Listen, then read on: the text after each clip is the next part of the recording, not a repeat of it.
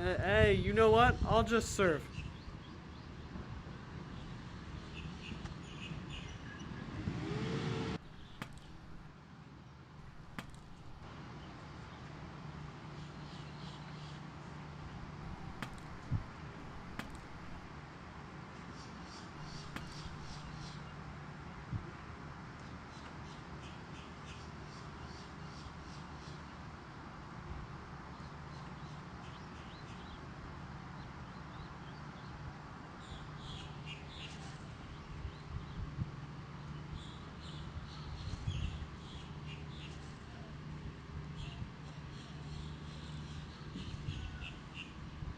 Let's just call it a tie.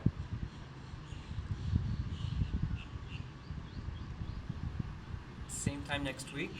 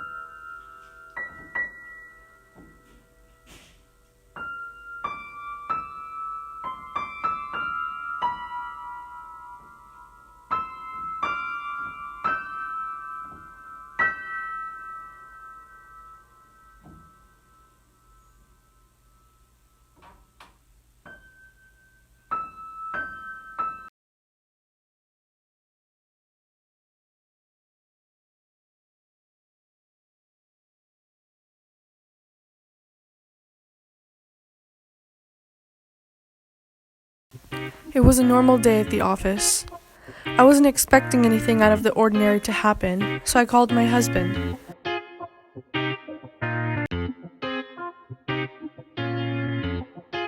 Not the best thing for your boss to walk in on you slacking when he gives you the town's biggest case of the year. I opened it wearily because I knew this was the big case.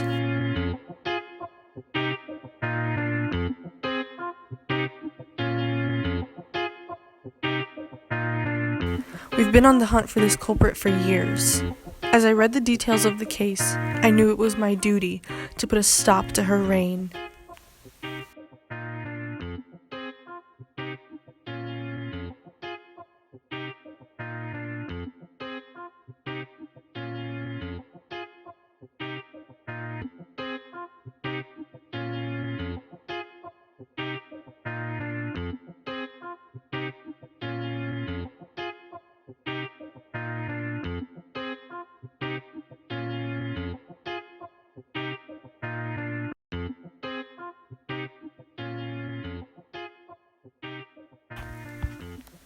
I spent hours asking people in our little town if they had seen her around.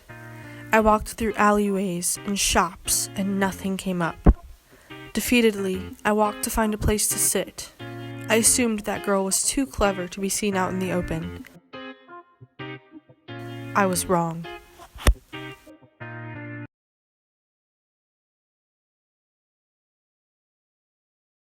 One day I'll step into the carriage, and as the horses gather speed, I'll settle in my lack of courage and know I face eternity.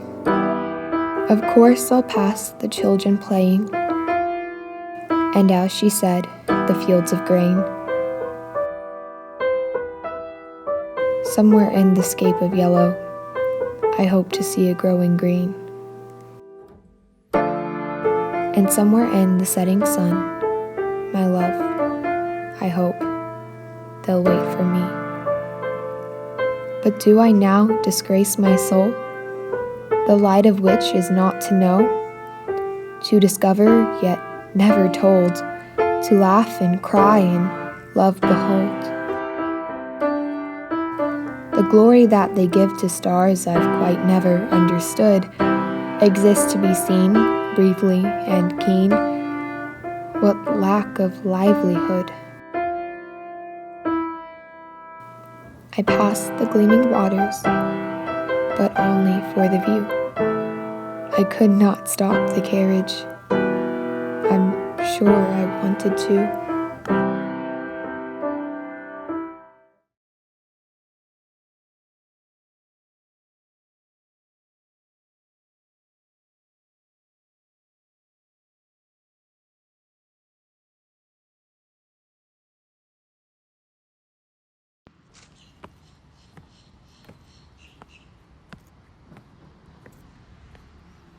To be or not to be, that is the question. Whether 'tis nobler in the mind to suffer the slings and arrows of outrageous fortune, or to take arms against a sea of troubles, and by opposing, end them. To die, to sleep, no more. And by sleep to say we end the heartache and the thousand natural shocks that flesh is heir to. 'Tis a consumption, devoutly to be wished. To die, to sleep, to sleep. Good chance to dream. Aye, there's the rub.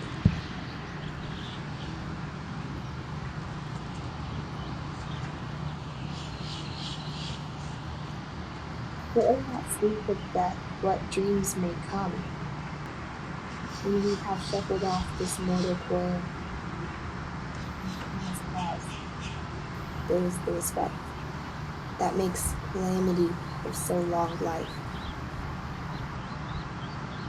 For who would bear the whips and scorns of time, the oppressor's wrong, the proud man's contumely, the pangs of disbridged love, the law's delay, the insolence of office, and the spurns that patient merit of the unworthy takes? When he himself might his quietus make with the bare bodkin? Who would fardels bear, to grunt and sweat under a weary life, but that the dread of something after death, the undiscovered country, for whose bourne no traveller returns, puzzles the will, and makes us rather bear those ills we have than fly to others we know not of? This conscience does make cowards of us all, and thus the native hue of resolution is sickled over with the pale cast of thought, and enterprises of great pitch and moment, with disregard, their currents turn awry, and lose the name of action.